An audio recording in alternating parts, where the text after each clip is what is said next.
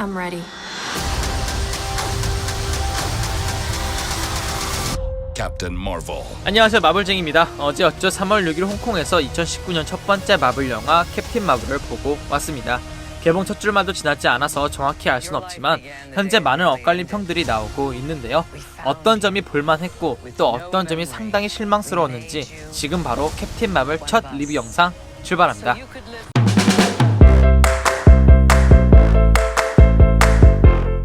자, 먼저 영화의 전반적인 배경입니다. 영화는 크리족의 본거지인 한라를 웅장하게 보여주며 시작합니다. 마블의 티피컬한 장소 인트로죠. 하지만 블랙팬서의 와칸다나 토르의 아스가르드처럼 강한 임팩트가 전혀 없는 장소로 등장하고 말았습니다. 영화 개봉 전부터 크리족의 발달된 기술을 굉장히 강조해서 이 한라라는 장소를 자세히 보여줄 것이라고 생각했는데 영화에서 사실 거의 다루지 않아 조금 실망감을 감출 수 없었는데요. 초반에 한라의 기술이나 크리족 사람들을 보면서 흥미로우려고 하는 찰나에 한라를 더 이상 보여주지 않더군요. 왜 마블이 이럴 수밖에 없었는지는 뒤에서 다루도록 하겠습니다. 자, 그리고 우주를 지나 지구로 배경이 바뀌면서 90년대 미국이 등장합니다. 제가 미국의 90년대를 살아보지는 않아서 정확히 알 수 없지만 영화 간간히 90년대의 특징을 잘 살린 거는 같았습니다. 캡틴 마블이 추락한 블록버스터 비디오 가게나 미국의 전자기기 가게 레디오 쉑, 그리고 굉장히 느린 컴퓨터 로딩까지 이 어느 정도는 개그 포인트까지 잘 살리며 잘 표현했다고 생각합니다. 하지만 이 또한 영화 개봉 전 90년대라는 점을 굉장히 강조하고 90년대의 바이브가 굉장했다는 사전평가에 비해서 일반 관객들이 90년대를 느끼기에는 턱없이 부족했다고 생각합니다. 저를 포함한 많은 분들이 가오갤의 화끈한 레트로 감성을 기대했는데 이 부분에서도 좀 실망이었던 것 같습니다. 자, 이번 영화에서 꽤 많은 캐릭터들이 등장했지만 전 그 중에 주인공 캐롤 댄버스를 메인으로 이야기해보도록 하겠습니다. 영화 속 캐롤은 어리고 톡톡 튀며 고집있고 감정 조절을 잘 하지 못하는 약간 초반 스파이더맨의 성격이 비춰지는 캐릭터로 등장합니다. 이번 영화에서 이런 캐롤 댄버스를 메인으로 다루는 것은 특이하게도 그녀의 정체성입니다. 이 특이하다고 말한 이유는 이번 영화는 캡틴 마블 영화의 첫 번째 영화이고 대부분의 마블 히어로 첫 번째 영화는 유년기부터 시작해 그 영웅이 어떻게 힘을 얻고 또 어떻게 성장하는지를 순차적으로 보여줍니다.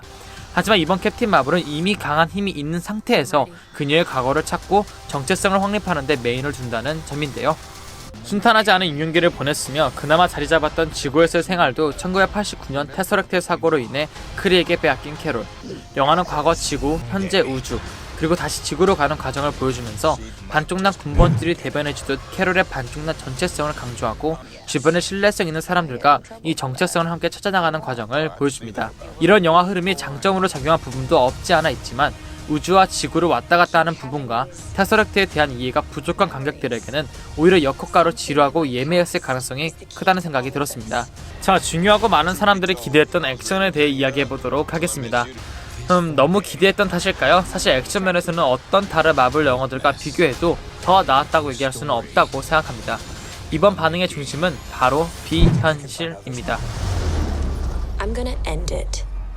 제가 작년 인피니티 워가 나오고 굉장히 걱정했던 부분이 바로 마블이 너무 우주, 코스메틱 파워 등등 너무 비현실적인 액션을 보여주면서 본래 마블의 치명적인 매력을 없애는 것이 아닌가였는데 역시나 이번 영화에서 적나라하게 드러났습니다.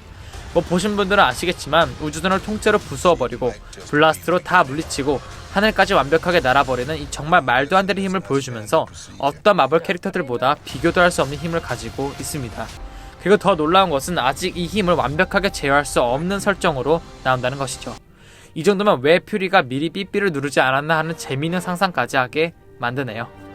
자, 그렇다고 액션이 비현실적이라고 해서 무조건 별로라고 할 수는 없습니다. 하지만 영화에 등장한 액션들이 인피니티 워 때처럼 가슴을 뻥 뚫어줄 만큼 화끈한 액션이 있지 않았습니다.